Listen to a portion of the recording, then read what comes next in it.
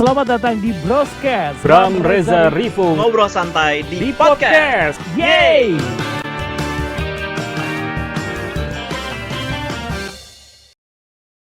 Oke, kembali lagi di Broscast Podcast bareng gue Rivo Palevi. Kali ini suasananya berbeda karena kita sambil ngopi di Relung Kopi Tebet. Dan thank you, hari ini sudah datang cast dari film Boni. Sebagai Boni itu adalah Livi Chananta. Dan juga sebagai ayahnya Boni ada Mas Aryo Wahab. Rame ya, kesannya di belakang ada 2.000 penonton. Seolah-olah kalah, pas gua manggung kalah. Tapi sebelum kita lanjutkan obrolan, akan ada mbaknya Boni ya akan mengirim kopi ke kita. Pesan-pesan berikut ini. Thank you. Thank you, Mbak Dita. Nah, film Boni ini kan soal seorang remaja perempuan ya, dan juga ayahnya gitu. Kalau di film-film drama lainnya mungkin akan menceritakan kedekatan, kemudian konflik di antara mereka gitu. Boleh dong di-spill kira-kira hubungannya Boni dan juga ayahnya seperti apa sih? Apa iya kayak remaja-remaja lainnya gitu? Oke, boleh saya jawab sendiri. Gimana Mas? Jadi hubungannya ya benar-benar seorang ayah yang benar-benar sayang sama anaknya, apalagi ini kan anak satu-satunya dan perempuan pula ya. Cuman masalahnya di sini, justru di film Boni ini kita itu tinggal di satu kawasan atau lingkungan yang sangat keras gitu. Yeah. Bapaknya ini si Sambara, dia adalah seorang seniman lukis yang juga istilahnya pejuang yang ingin memberantas ketidakadilan, penindasan gitu, dan dia punya dagangan lukisannya di kayak semacam pasar kayak gitu. Jadi kalau semacam biasa kan kalau kayak gitu kan ada teritori preman segala macam gitu kan, ya. Dan semua udah ada bagi-bagian segala macam. Nah, ketika ada yang mau mendominasi, nah si Sambara ini akan turun langsung. Pokoknya selama itu adil bagi Sambara nggak ada masalah. Cuman ada penindasan dia akan langsung turun. Nah dia mempunyai seorang anak namanya Boni yang masih kecil. Dan dia tahu bahwa Boni ini besar nanti akan tinggal istilahnya lingkungannya seperti ini. Jadi dia menyiapkan si Boni ini sendiri. Setidaknya harus bisa survive. Betul, survive, bertahan. Terus dengan ilmu bela diri. Jadi emang mungkin film ini beda dengan lingkungan yang lain. Kalau lingkungan yang lain mungkin lebih hanya kayak pengetahuan umum, etika atau segala macam. Ini itu juga ada, cuman ada bela dirinya juga supaya dia ntar bisa bertahan di lingkungan seperti itu. Karena daerahnya gitu berarti si anak juga butuh skill set tertentu ya. Betul, untuk bisa menghadapi defense masyarakat segala di macam. sekitarnya. Tapi iya, itu yang dirasakan si Boni. Maksudnya kamu sebagai aktornya, kemudian kamu ngobrol gitu ya dengan Boninya. Apa iya memang skill set itu yang diperlukan karena melihat kamu tumbuh di daerah yang seperti itu? Betul, memang nggak bisa dipungkiri ya dengan lingkungan yang ditempati si Boni yang kayak Om Aryo bilang kalau lingkungannya keras segala macam. Katanya bapak manggilnya Om. Oh iya. Udah selesai filmnya. Jadi memang pada akhirnya dia menjadi seorang karakter, walaupun perempuan yang masih remaja tapi dia menjadi orang yang kuat. Dia juga melihat sosok ayahnya yang cukup vokal, melihat lingkungan sekitar yang ketika dia ada ketidakadilan dan sebagainya, bersuara. Itu pun yang dilakukan Boni. Hal-hal baik yang dilakukan oleh papanya Sambara dilakukan juga oleh Boni. Seperti itu. Jadi Boni dan juga Sambara ini tinggal di daerah yang apa sih? Maksudnya di Jakarta kah settingnya atau memang di ada lokasi spesifik tertentu yang di brief sama sutradara gitu dan juga penulis skenarionya? Ya dia di lokasi tertentu lah, lokasi tertentu yang emang kehidupannya emang sangat keras, dan menurut aku sih emang itu relate sekali di Indonesia ya, dengan kehidupan seperti itu kan, premanisme, gangster atau segala macamnya, kita di situ gitu loh. Tapi emang si Boni ini sebenarnya udah bawaan lahir istilahnya, ayahnya seorang seperti itu, dan ibunya juga yang mainin sama Nadila Ernesta, dia juga emang keras hidupnya, dan dia juga pejuang juga untuk ketidaksetaraan itu. Jadi otomatis ya dia punya anak seperti itu, udah darahnya seperti itu, udah ada bakat seperti itu, akhirnya tapi bapaknya pengen dia benar-benar siap untuk menghadapi masa depannya seperti itu. Tapi bedanya Livi dengan Boni apa? Kamu dengan si karakter ini apa sih bedanya? Banyak. Banyak ya? Apa beda semua ini? Jujur aku sebenarnya ngefans sama Boni karena ya dia tipe perempuan yang tadi aku udah bilang dia kuat. Dia perempuan yang tegas, apalagi dia jago bela diri. Itu semua bukan Livi. Aku banyak belajar dari Bonnie untuk menjadi wanita yang bisa vokal, untuk menjadi wanita yang lebih tegas lagi gitu. Karena di dalam film ini juga aku belajar bagaimana pada akhirnya kita harus sadar tentang hal-hal yang mungkin boleh atau tidak bolehnya orang lain lakukan kepada diri kita. Jadi melalui Bonnie, aku tahu bahwa dengan batasan ini gue berhak menolak, dengan batasan ini gue berhak menerima. Kalau Bonnie lebih keren lagi, dia bukan tentang dirinya doang, tapi lingkungan sekitarnya juga dipeduliin. Itu. Oke, berarti kan ini juga dipengaruhi sama masa-masa pertumbuhannya Bonnie ya, dari kecil gitu sampai dia dewasa. Walaupun kamu berperan sebagai Bonnie yang remaja, tapi kan kamu harus tahu background story-nya dia gitu kan. Tapi seberapa besar masa lalunya Bonnie mempengaruhi diri Bonnie yang sekarang sih gitu? Ada banyak hal burukkah yang terjadi di masa lalunya gitu? Well, ya dengan karakter dia yang kuat sekarang ini, menurut aku ya, kita nggak bisa bilang tentang hal buruk atau hal baik, tapi intinya yang sudah dijelaskan tadi, banyak pengaruh dari ayahnya sendiri, Papa Sambara, dan juga ibunya Mama Kinanti, yang memberikan masukan kepada Bonnie dan juga pelajaran dalam hidupnya, sehingga dia terbentuk menjadi karakter yang saat ini ya, tadi kuat, dia vokal, dia juga jago bela diri. Itu semua adalah akumulasi dari apa yang sudah diajarkan orang tuanya di masa lalu. Nah itu kan menggambarkan situasi kita ya di kota besar sekarang ini kan kayaknya cewek cowok udah nggak ngaruh deh, karena anak cewek dan cowok sama-sama punya resiko yang sama besarnya. Betul, Kemudian dengan lingkungan seperti itu ya. Orang-orang terdekat juga sama punya kans gitu ya untuk bisa mencelakai diri kita gitu. Jadi kita memang harus punya skill set yang seperti itu. Tapi kalau Mas Aryo sendiri menanggapi ini sebagai seseorang yang sudah berkeluarga, gimana Mas? Apakah nantinya ke depan nih orang-orang juga harus mendidik anaknya seperti Sambara mendidik Bonnie? Ya kalau aku pribadi ya, kalau ke keluarga sih aku utamanya lebih mengajarkan ke mereka tuh istilahnya etikanya dulu gitu loh, untuk mereka hidup seperti apa segala macam, karena itu diawali seperti itu ntar akan dia bisa istilahnya bisa hidup di luar dengan cara yang kita bawa dari rumah seperti itu. Jadi cuman enggak ini kan kalau di film, kalau di real aku nggak ngajar dia untuk berantem segala macam. Emang gue juga nggak bisa berantem soalnya. Cuman istilahnya aku pengen anakku punya sikap, gitu. Ketika sikap, karena kan kita defense itu kan bukan hanya berantem, itu kan secara fisik, secara pemikiran juga bisa. Ya kan, secara perkataan atau segala macam, banyak hal-hal yang kita bisa antisipasi supaya menghindar dari keributan fisik, kecuali kalau seandainya mereka mereka jual ya kita beli, istilahnya seperti itu gitu, dicolek segala macam. Cuman sampai sekarang gue tetap mengajarkan sama anak gue bahwa hidup itu ya kamu harus punya sikap, karena kamu akan menemukan orang-orang yang nggak sesuai dengan ekspektasi kamu, yang nggak sesuai dengan keinginan kamu. Karena kadang-kadang kita pengen semua baik-baik aja ya, kadang-kadang nggak bisa seperti itu, karena ya kita maklumin juga setiap keluarga pasti punya treatment masing-masing gitu loh, aplikasi masing-masing untuk mendidik orang tuanya. Beda background, beda kultur, beda suku, segala macam itu sudah membedakan kita. Dan gue selalu ngajarin sama anak-anak gue bahwa perbedaan itu jangan dipermasalahkan, dijadiin senjata untuk kalian bisa bergabung membuat satu karya. Intinya seperti itu gitu.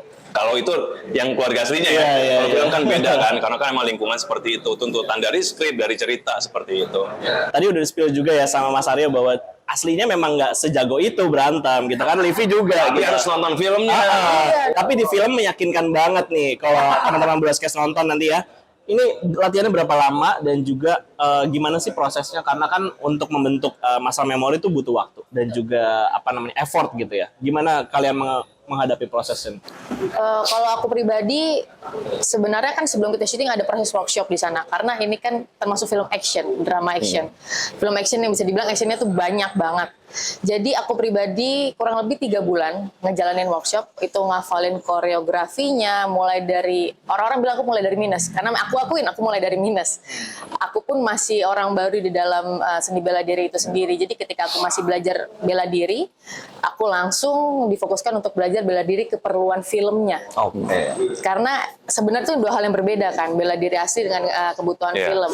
Jadi kalau di film, bagaimana caranya supaya kita terlihat sungguhan fighting, padahal itu semua dilakukan dengan sangat aman. Makanya tadi aku ngejalanin 3 bulan workshop itu sendiri yang bener-bener nggak mudah. Seminggu pertama aku ngejalanin itu badan aku sakit semua, biru-biru ya. Langsung minta libur. Iya. Nah, Libur tapi dulu ya. aku nggak minta libur. Oke. Di samping SOP-nya nggak ada libur, Sabar. akunya pun juga kayak ngerasa oke, ini memang aku tertinggal jauh sekali untuk karakter ini. Jadi ini adalah proses yang harus aku kejar untuk menjadi karakter Bonnie. Jadi ya aku jalanin lah 3 bulan yang sangat intens itu dengan ada tim All Star tim Indonesia. Mereka memang film Bonnie ini dan mereka nge-treat aku dengan selayaknya sebagaimana mereka nge-treat seorang fighter perempuan dalam film itu. Akhirnya ya jadilah aku yang sekarang Livi sebagai Bonnie yang bisa kalian lihat nanti hasilnya di filmnya. Segitunya gitu loh. Jadi kalau dilihat posternya aja ya, itu posenya sudah harus meyakinkan. Iya Udah. benar. Karena kalau salah-salah kan kayak enggak nih, bukan pose fighter gitu Iya, kan. iya. Tapi gimana kalau Mas Aryo sebagai yang sudah berpengalaman di film-film, tapi kan ini treatment juga beda lagi. Beda banget. Dan ini terus terang, tadinya tuh gue nganggep enteng film ini. Nganggep enteng gitu. Alah, fightingnya semana sih. Gue selalu istilahnya nggak terlalu yakin dengan film action Indonesia gitu. Ya udah, gue pengen datangnya segini aja, ntar reading segala akhir. Pas sampai nyemplung di sana, pas kita udah reading, workshop segala macem, itu nggak main-main. Yeah. Dan gue ngerti gitu, kenapa mereka pengen gue seperti itu. Karena dia pengen ini film bener-bener terlihat actionnya keren ya, seperti Livi bilang tadi ya. Dan gue akhirnya pribadi, tapi kalau mereka punya treatment seperti itu, kalau gue nggak latihan sungguh-sungguh, ntar gue yang malu-maluin gitu. Karena ini kan pertanggungjawaban gue sebagai aktor juga ya. Maksudnya untuk mau film action gitu ya. Akhirnya tadinya nganggep enteng, akhirnya kebalik. Iya. Kebalik, yang tadinya pengennya latihan cuma berapa kali, akhirnya gue yang nuntut. Gue pengen latihan lebih, gitu loh. Sampai gojlok fisik, gojlok mental, segala macam yang akhirnya sampai di titik kesiapan akhirnya kita Karena mau produksi. nggak mau mukanya Mas Aryo kan, Iya. orang lihat, orang nggak mau tahu latihannya seberapa banyak gitu. Itu terus yang tadinya gue nganggep enteng, tapi gue salut banget sama Tawangkan, sama All Star ya, tim All Star yang benar-benar sungguh-sungguh untuk membuat film ini terlihat keren gitu loh. Yang seperti Livi bilang tadi, supaya kita ngeliat look-nya tuh pas kita nonton di film bener-bener itu ributnya kayak bener-bener kita bisa melakukannya itu sungguhan gitu loh. Karena mereka juga koreonya bagus, realnya juga dapat. Maksudnya lu ketika ketemu musuh di jalanan kan lu nggak mungkin pakai koreo atau segala macam kan, tapi tetap ada koreonya, cuman tetap real gitu loh. Halus-halus aja. Halus. Gitu. Nah itu yang akhirnya membuat gue, wah ini kalau menurut gue bisa jadi salah satu film action terkeren di Indonesia deh. Amin. Feeling gue ya, ini bukan karena ini film gue ya, tapi kalau gue ngeliat treatmentnya mereka, cara mereka produksi seperti itu akan bisa terjadi. Dan emang kebetulan Tawangkan ini sama All Star, dia emang didasari dari emang mereka tuh fighting coach semua ya tadinya sebelum punya PH. Sebelum punya PH, akhirnya mereka punya PH, akhirnya mereka tracknya di situ. Ya intinya mereka udah pengalaman soal seperti itu. Dan ini kita ada fighting director istilahnya. Iya, benar. Si siapa? Kak Fandi. Fandi. Jadi dia khusus untuk kalau dramanya tuh si Dadung sama Masya, tapi kalau untuk fighting diserahkan sama ini untuk angle-nya untuk Supaya lebih fokus lagi. Lebih fokus, ya. Iya. Karena memang mereka berangkat dari fighting coach Iya, semua betul. ya. Oke. Nah, tapi Vi sebagai orang yang terbilang baru di dunia entertainment, kemudian kamu langsung pemeran utama, PR untuk jadi Bonnie-nya kan tambah besar ketika ada treatment khusus gitu ya, terutama fighting gitu. Tapi PR kamu untuk mendalami karakter Bonnie-nya sendiri gimana di luar fightingnya gitu? Iya, jadi aku kan untungnya kebetulan aku udah sempat ngambil kelas acting. Jadi ada beberapa teori yang aku coba terapkan dari sana. Pun juga di dalam film ini kita kan disediakan acting coach. Ada namanya Pak Herman Rasa. Beliau itu sangat-sangat membantu aku. Beliau paham kalau aku orang baru di industri ini. Dia juga tahu tanggung jawab aku besar sebagai pemeran utama. Jadi banyak input yang diberikan kayak kamu ketika mendalami karakter, kamu harus tahu mana yang lagi kamu dalamin dan mana diri kamu. Bukannya kamu menghilangkan diri kamu, tapi kamu harus tahu situasi mana yang kamu harus bisa menjadi orang lain itu dulu. Pun juga Pak Dadung sebagai director banyak sekali input dari beliau. Karena kebetulan kan ini original cerita dari Pak Dadung ya, sutradara itu sendiri. Jadi dia benar-benar tahu Bonnie itu seperti apa, latar belakangnya bagaimana. Jadi aku sering juga diceritain Bonnie itu gini. Jadi sugesti-sugesti itu sering dilakukan. Jadi diskusinya intens banget ya. Intens. Jadi akhirnya aku pun menjadi terpengaruh dalam artian input mereka itu sangat membantu aku untuk mendalami karakter Bonnie itu sendiri gitu sih. Oke, apa sih PR terbesar kamu mendalami Bonnie? Selain fighting ya, maksudnya apa yang paling PR dari karakter Bonnie gitu? Justru sebenarnya karena Bonnie adalah orang yang jago bela diri, itu PR terbesarnya. Meyakinkan orang lain kalau Livy ini jago bela diri seperti Bonnie yang dia perankan. Itu PR terbesar. Karena itu juga akan mempengaruhi gestur dia, Betul. mata, semua itu ya. Betul. PR-PR kecil yang sebenarnya sekilas gitu tapi akan kelihatan banget gitu ya. Justru. Detail, iya, Benar. benar. Nah, Kalau di set sendiri apa namanya? Gimana kalian menghadapi setnya? Maksudnya kan dari berangkat udah siap nih, gua akan fighting hari ini ya, ada fighting scene gitu. Tapi secara set kemudian kamu melihat ada banyak orang gitu. Apalagi kamu kan introvert. Iya. Gimana kamu hadapi itu semua, Vi? Dengan kamera, ratusan orang gitu. Betul. Aku pribadi jadi kan kita scene fighting yang cukup masif tuh ada lebih dari satu ya. Dan salah duanya ada aku. Jadi pertama kali aku dapat scene fighting yang masif itu, aku kaget karena maksudnya wah, waktu workshop orangnya belum sebanyak ini. Pun mereka di briefing semua, tapi ketika latihan belum sebanyak ini. Dan aku sempat yang kayak, aku lupa kalau aku lagi jadi Bonnie. Aku jadi Livy di situ. Jadi aku pikir, oke, bisa acting nih. Ternyata di kamera ketangkep kan mukanya. Mana Bonnie-nya katanya gitu. Kok mukanya gitu kan? Ketahuan lagi. Komisi saya Livy, saya tamu di sini gitu ya. Makanya jadi akhirnya dikasih waktu beberapa menit untuk kamu tenangin dulu, kamu masuk dulu ke situasi ini, kamu jadi Bonnie dulu. Ini kita semua aman kok, tenang aja. Kita kan udah latihan, kayak aku dibantu lagi, diingetin lagi. Oke, baru akhirnya pas udah aman, pas take baru aku kayak gue jadi Bonnie. Ini udah biasa buat gue. Ini bukan hal baru. Akhirnya baru dapat. Karena kalau enggak, ketika aku jadi Livy pribadi yang nggak pernah ada di dalam tempat fighting yang besar dengan orang banyak, ya kalau jadi Livy pasti kabur gitu loh. Ini kalau jadi Bonnie kan nggak lawan kalau Bonnie. Jadi itu mindset yang akhirnya aku tempatin di diri aku gitu supaya bisa menghadapi set yang gila itu. Gimana Mas Aryo tandem sama Livy sebagai Bonnie? Maksudnya sebagai karakter kan harus mengayomi karena ayah dan anak gitu.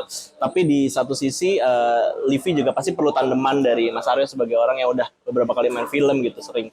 Gimana syuting sama Livy ini sebenarnya kalau menurut aku ya, Livy ini seorang aktor yang ketika dia masuk produksi ini emang udah punya, menurut aku loh, udah punya sikap, cara dia ngomong segala macam, jalan segala macam, cuek segala macam gitu loh. Jadi walaupun dia emang nggak Bonnie banget, tapi aku feeling dia akan bisa mengejar untuk karakter Bonnie dengan cepat gitu loh.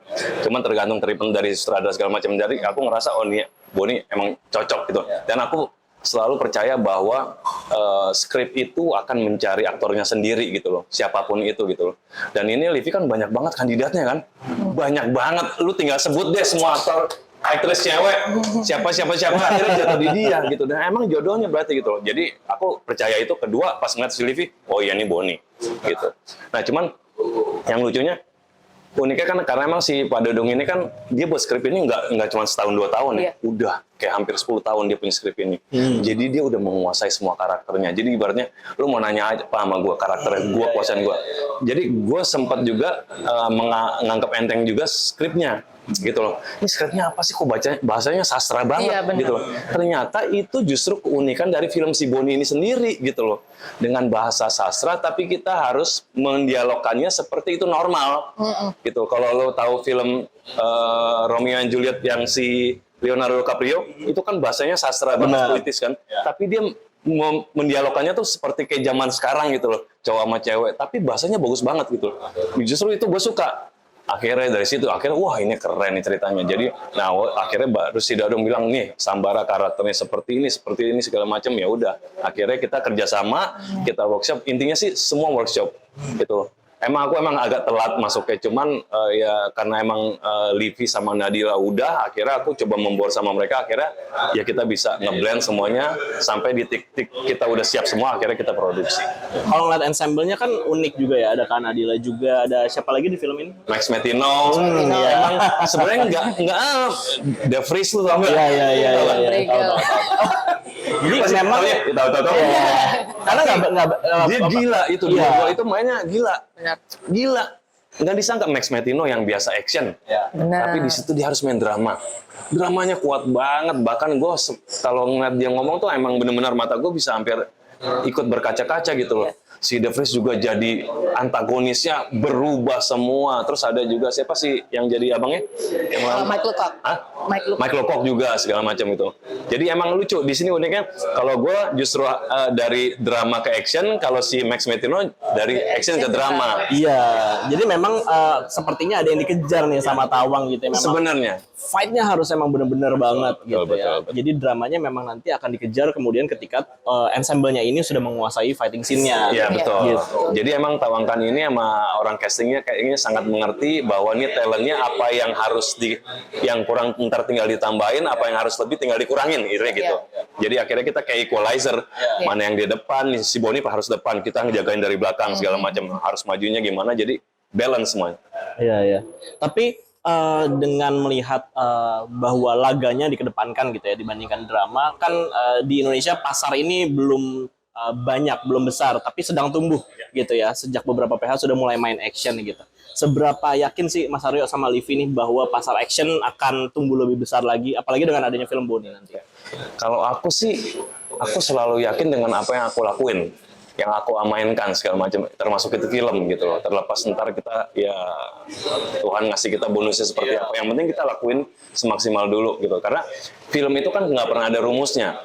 Lu mau bikin horor juga belum tentu laku, lu mau bikin action juga bisa laku. Ya kan, contohnya dulu ada ya, kalau kita mau sebutin film yang sebelumku tuh Sayap Patah itu lumayan action kan, tapi kita penjualannya bisa banyak gitu.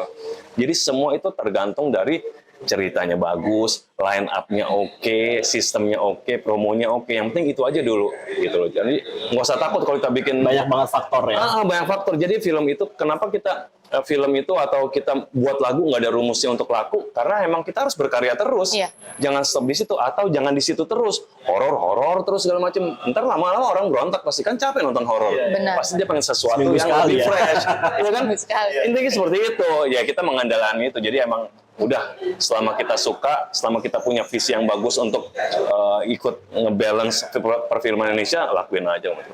Gimana Vi menghadapi rilisnya film pertama ini gitu ya, terus ekspektasi orang akan besar sekali karena kamu juga di posisi pemeran utama gitu.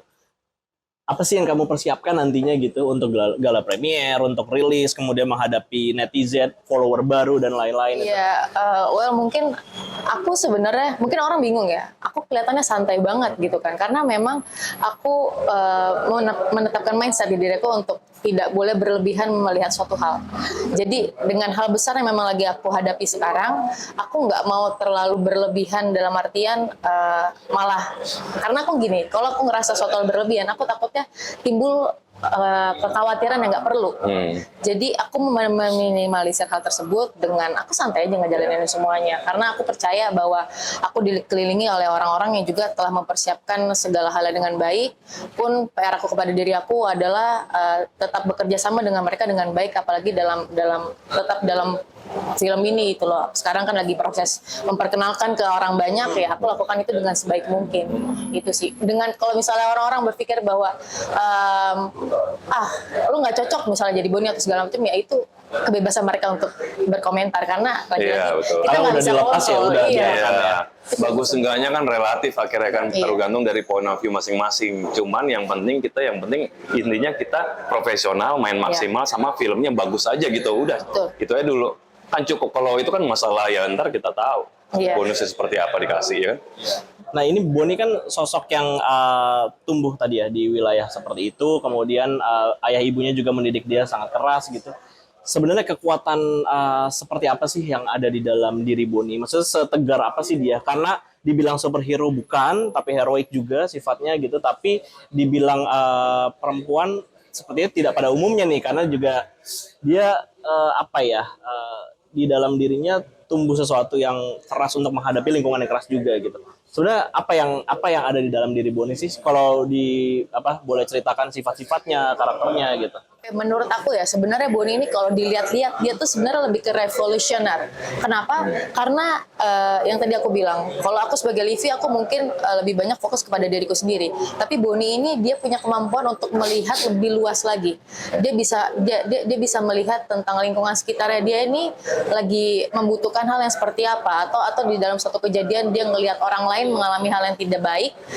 Dia bisa bersuara untuk orang itu padahal nggak ngaruh apa-apa untuk dirinya. Jadi makanya dia lebih cocok disebut revolusioner karena tindakan-tindakan yang dilakuin itu bertujuan untuk suatu hal yang lebih baik lagi dalam jangka yang panjang ke depannya. Jadi bukan taraf yang kecil, sama seperti hal yang dilakukan oleh papanya itu Sambara, karena ya itu dia tadi, dia tumbuh menjadi karakter demikian karena papanya pun memberikan input-input yang baik tentang kehidupan sosialnya dia juga sebelumnya gitu.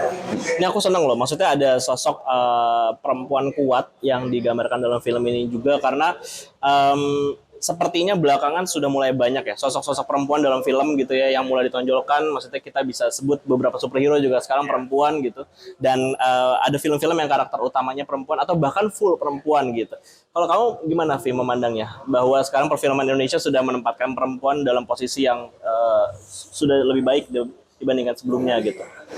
Aku senang sih, jujur senang, karena dalam artian kita kan sering bilang kalau kesetaraan dan sebagainya, kita nggak usah bicara tentang patriarki atau feminisme, tapi lebih kepada kita semua punya kesempatan yang sama untuk menunjukkan kepada halayak umum bahwa nggak harus laki-laki, nggak harus perempuan, mereka semua punya potensi yang tinggi untuk hal-hal baik yang ada. Seperti kita bisa bicara tadi sifat heroik atau revolusioner, karena pemikiran-pemikiran yang unik itu tumbuh nggak cuma dari pemikiran laki-laki. Mayoritas kan kita biasanya kita bilang orang-orang yang punya ide bagus itu laki-laki. Cuman mungkin perempuan punya hal yang sama, hanya mungkin terpendam karena kesempatannya berbeda. Jadi dengan adanya sekarang perempuan jadi pemeran utama atau perempuan menjadi ide cerita suatu film dan sebagainya, itu adalah contoh bagus menurut aku untuk kedepannya bahwa semakin banyak kesempatan yang terbuka untuk semua gender gitu. Dan emang nggak bisa dipungkirin sih kalau menurutku, dengan banyaknya jagoan perempuan itu emang kita harus mengakui bahwa perempuan itu bisa dibilang salah satu makhluk terkuat gitu loh. Yang ngerti kan, ibu kita, ya kan, istri kita, anak-anak kita kelak segala macam itu akan menjadi kuat ya. Contohnya mereka melakukan tugas mulia yang bagi ayah itu kerjaan berat banget. Jaga anak atau segala macam ya kan, mempertahankan nama keluarga, nama anak suaminya atau segala macam, itu yang berat. Justru itu yang berat, itu yang tugasnya mulia. Ya kalau yang laki emang justru dia secara fisik oke gitu. Cuman secara mental kalau menurut aku justru perempuan itu nggak bisa kita anggap enteng gitu loh. Contohnya ya itu, kenapa banyak akhirnya film sekarang banyak jagoan perempuan, itu terbukti karena itu emang kita nggak bisa pungkirin gitu. Girl power. Gimana Vi? Kamu waktu proses mendapatkan peran ini seberapa sulit sih bersaing tadi? Banyak kandidatnya gitu ya, dan kemudian banyak nama-nama besar juga yang mungkin bisa menjadikan pemeran utama di Boni, tapi ternyata yang dapat kamu gitu. Gimana prosesnya? Aku pada akhirnya setuju dengan apa yang Mori bilang bahwa skenario mencari apa tadi kamu tuannya ya? Iya, mencari aktornya sendiri. Aktornya sendiri, karena aku sendiri bisa dibilang aku di industri film ini dalam casting Boni sendiri aku nggak nyari. Jadi pada saat itu sebelumnya aku nemenin temen aku untuk casting di film lain. Aku nemenin temen aku untuk casting di film lain. Iya. Kita nggak pernah tahu ya. Terus orang dari film itu kasih info ke aku kalau ada casting film Boni. Dari situ akhirnya aku bilang, tapi gue nggak bisa berantem gitu kan. Iya tapi baru belajar kan. Muay Thai boxing segala macam, tapi gue baru loh, nggak apa-apa, udah datang aja casting gitu kan. Aku datang casting, yang pertama di casting action ya, tentu jelek gitu kan. Tapi untungnya dikasih kesempatan, oke, lo casting juga dramanya gitu kan. Ketika aku casting dramanya, ya aku menampilkan berdasarkan nalarnya aku terhadap skrip itu kan. Tapi ternyata ada impresi yang berbeda oleh orang-orang yang menyaksikan, sampai akhirnya ada panggilan berikutnya sampai akhirnya mau nggak jadi Boni. Terus aku kayak, serius nih mas, gue bukan siapa-siapa loh gitu kan. Tapi karena mereka yang punya acara mempercayakan aku, ya sudah, ini kesempatan besar buat aku yang untuk apa juga aku tolak. Jadi tadinya expect-nya ya temannya Boni lah atau siapa gitu lah. Iya loh, bener. Berarti pancingan-pancingan kamu untuk latihan Muay Thai apa segala macam ternyata jadi manifestasi ya. Justru Iya. itu yang dilihat Iya, orang betul. ya. Benar. Betul.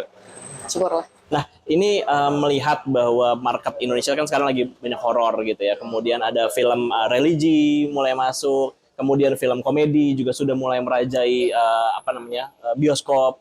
Kemudian ada film action juga gitu. Sebenarnya kalau aku melihat film Boni ini secara promo dia nggak hard selling. Aku lihat ya dibanding film-film lain gitu. Tapi banyak orang yang percaya, di kolom-kolom komentar bisa dicek, banyak orang yang percaya bahwa ini salah satu film yang ditunggu karena actionnya dipegang sama Tawang dan juga tim All Star gitu ya. Mereka percaya gitu. Bagaimana sih kalian bisa mempromosikan ini ke halayak gitu? Maksudnya orang melihat bahwa oh yang bikin nih memang biasa bikin fighting scene gitu. Itu kan membuat ekspektasi besar sekali terhadap kalian para pemainnya gitu.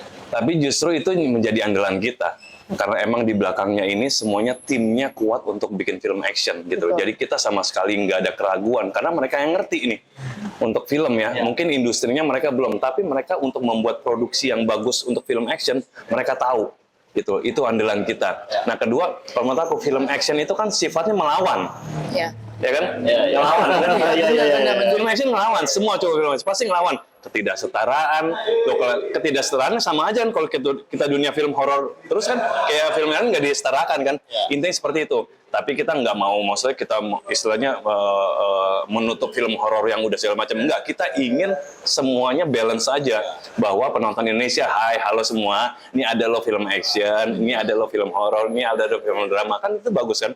Maksudnya ini justru menurut aku ini sinias yang baik gitu loh, Tawang kan. Yang mereka benar-benar punya visi dan misi untuk ngasih sesuatu menu yang baru lagi untuk film-film Indonesia, untuk penonton Indonesia. Menurut aku seperti itu. Jadi justru orang bisa yakin ya dengan background seperti itu gitu. Ditambah backgroundnya mereka yang emang yang makanya ntar kalau nonton aku yakin ya insya Allah mudah-mudahan pasti mereka kaget dengan film seperti ini gitu loh. Secara action emang gila, orang gue kaget. Pemainnya aja kaget. Berantem gue bisa kayak gini gitu loh. Itu gokil, bener-bener gila segala macam itu. Karena mereka memang tahu ya teknik yang Paham proper banget. dan Ya, juga semuanya. ekspektasinya gitu. Teknik, kameranya, DOP segala macam itu mereka tahu banget gitu loh. Jadi udah kita serahkan sama mereka aja udah. Kebayang sih kalau fightingnya biasa aja kayak udahlah nggak seru lah. Ulang-ulang gitu. Itu yang tadi gua nggak pengen segala macam ternyata gila nih.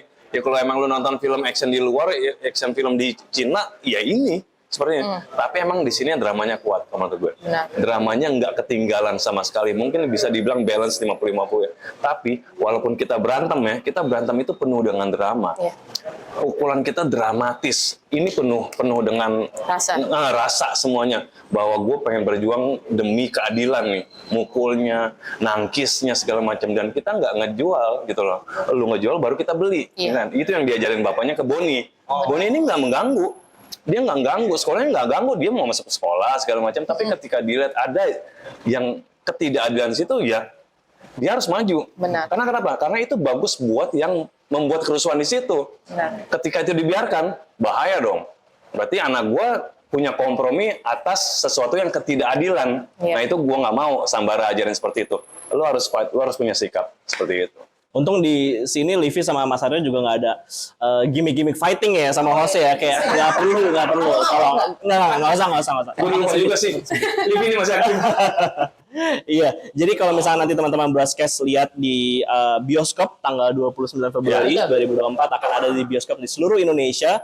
Film Boni ini nanti akan menampilkan adegan fighting yang memang berdasarkan teknik yang proper dan juga dilatih sama Tawang dan juga tim All Star gitu ya. Yang sudah di bidangnya. Ya, yang memang sudah di bidangnya. Tadi kenapa saya tanya soal soft selling yang dilaksanakan sama Boni, karena lihat nih, biasanya kalau Nasum datang ke sini kan pakai baju promo ya. Ini cuma setengah half selling gitu ya. Tapi memang ada Boninya nih. Iya, ada Boninya. Padahal ini papanya Boni. Begitu. Karena memang di Indonesia orang kan pasti butuh tidak hanya ceritanya, tidak hanya brandingnya gitu, tapi orang butuh sosok-sosok siapa sih yang main di belakangnya. Iya, gitu kan. betul. Dan ketika mereka aja udah yakin bahwa film ini memang menampilkan laga yang sebegitunya gitu ya dibandingkan film-film action yang terdahulu gitu. Pasti teman-teman Broscast juga akan menyaksikan action yang dijamin oke punya. Betul, kita udah yakin akan produksi ini untuk bisa menjadi bagus, cuman kita butuh kerjasama ya Livi ya sama penonton Indonesia supaya datang dong ke bioskop untuk menonton. Habis kita udah sampai semana lagi cara kita untuk menarik mereka kan, ya itulah kita butuh kerjasama lah. Dan kita juga punya tim promo segala macam, jadi mudah-mudahan kita sinkron dan orang tetap bisa datang untuk nonton. Paling nggak sampai bioskop aja dulu nonton Boni. Iya. Gue yakin pulang Supaya langsung. bioskop lebih berwarna lagi. Pulang nangis tapi mau berantem. Iya. Tolong jangan di sini, tolong jangan di sini. Oke, Livi, apa yang mau disampaikan sama teman-teman Broscast? Buat teman-teman Broscast yang udah nonton, terima kasih. Semoga apa yang udah kalian saksikan ini menarik dan akhirnya kalian memutuskan untuk datang ke bioskop. Tapi anjuran saya dan Om Aryo emang harus datang ke bioskop mulai Betul. tanggal 29 Februari nanti karena itu hari pertamanya Ya. film Boni tayang di Ya, bioskop. Oke, Mas Aryo? Ya sebagai orang Indonesia ya harus nonton film Indonesia, Betul. apapun genrenya gitu kan. Yang penting ya seperti kita bilang tadi, coba datang dulu, nanti baru kalian komen. Jangan komen dulu, ya kan? Jangan skeptis terhadap film-film selain horor, maksudnya gitu loh, ya kan? Karena kita juga di sini benar-benar berusaha banget untuk menyajikan sesuatu yang oke gitu. Kita workshop sampai gila-gilaan, sampai tangan nggak bisa gerak, ya kan? Benar, Pas benar. kita selesai syuting semuanya pada cedera segala macam ya, kita butuh sama-sama apresiasi lah di sini. Jadi kalau dari obrolan mereka berdua tadi akan banyak elemen surprise kayaknya di dalam film ini ya. Kita nonton aja nanti. Boni di bioskop seluruh Indonesia 29 Februari 2024. Bye-bye.